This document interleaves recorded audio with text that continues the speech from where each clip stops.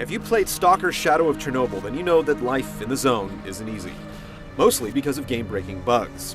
With S.T.A.L.K.E.R Sky, players are once again encouraged to venture into some pretty dangerous territory in this first-person survival game for the PC.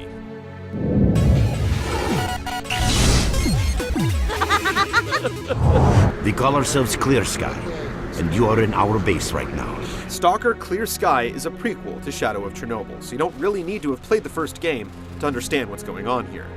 For the uninitiated, in the S.T.A.L.K.E.R universe, the nuclear meltdown in Chernobyl caused more than just radiation to leak out. Mutated beasts and people, dangerous anomalies, and precious artifacts now litter the landscape. Several different factions jockey for control of the zone, and between them and the zone itself, well, it's just not a happy place. Clear Sky takes place just prior to the events in Shadow of Chernobyl. The zone itself has grown increasingly hostile due to someone's unwelcome meddling, and the delicate balance between the factions has dissolved.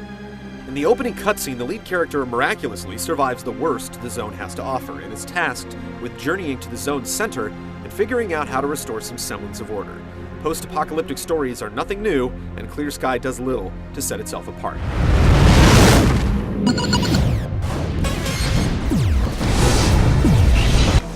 What's up, Stalker? If you played Shadow of Chernobyl, you might remember that many features promised for the game never quite made it into the final release. Most of these are now up and running in Clear Sky. The biggest of these is the new faction war system. Each faction in the game will attempt to take over and control key points in the game world. This all goes on independent of what you do. You can choose to join up with any of the factions, providing they like you well enough not to shoot you on sight, and work with them. Or you can go it alone and hope for the best. The other major change is in where valuable and ultra-powerful items called artifacts are located.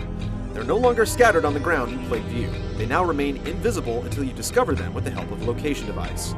Hunting down artifacts now takes much more luck and skill. Plus, it's extremely dangerous work. If you get in over your head, and you will, it's off to the reload screen for you.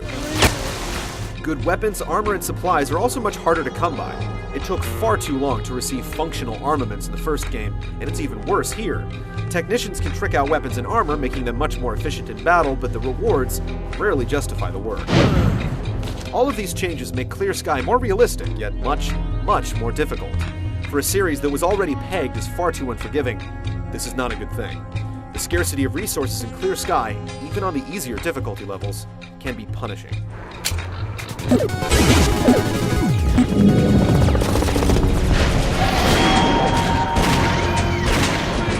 S.T.A.L.K.E.R is made even more difficult by its ambiguous structure. It attempts to portray an open world that reacts independent of the player's action. It also wants to make scrounging around for resources and figuring out how and why things work a major part of the game.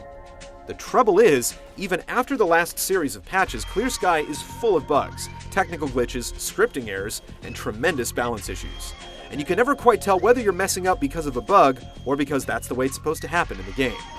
One minute, you'll be presented with an on-the-fly mission to recapture a control point for your faction, only to have the mission completed mere moments later by the computer AI before you could make it to the battle. At other times, the scripting and level design completely hamstring you into trying to figure out just what the game expects you to do. Because there are so many bugs, it's hard to tell when you're on the right track. Our next objective is their main base.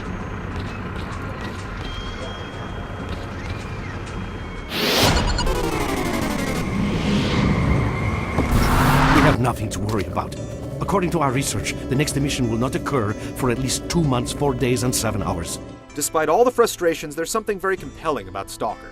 It's not so much the storyline as it is the setting and ambiance, and Clear Sky has this in spades. The graphics engine has been overhauled to take advantage of the latest graphics cards, and many of the textures and animations have been touched up considerably. Yes, the game still has wonky characters and dialogue on occasion, but the zone feels very much like a real place. You'll travel to areas you encountered in Shadow of Chernobyl and be able to immediately get your bearings. Such a strong sense of place is hard to achieve in games, and in this way, Clear Sky excels.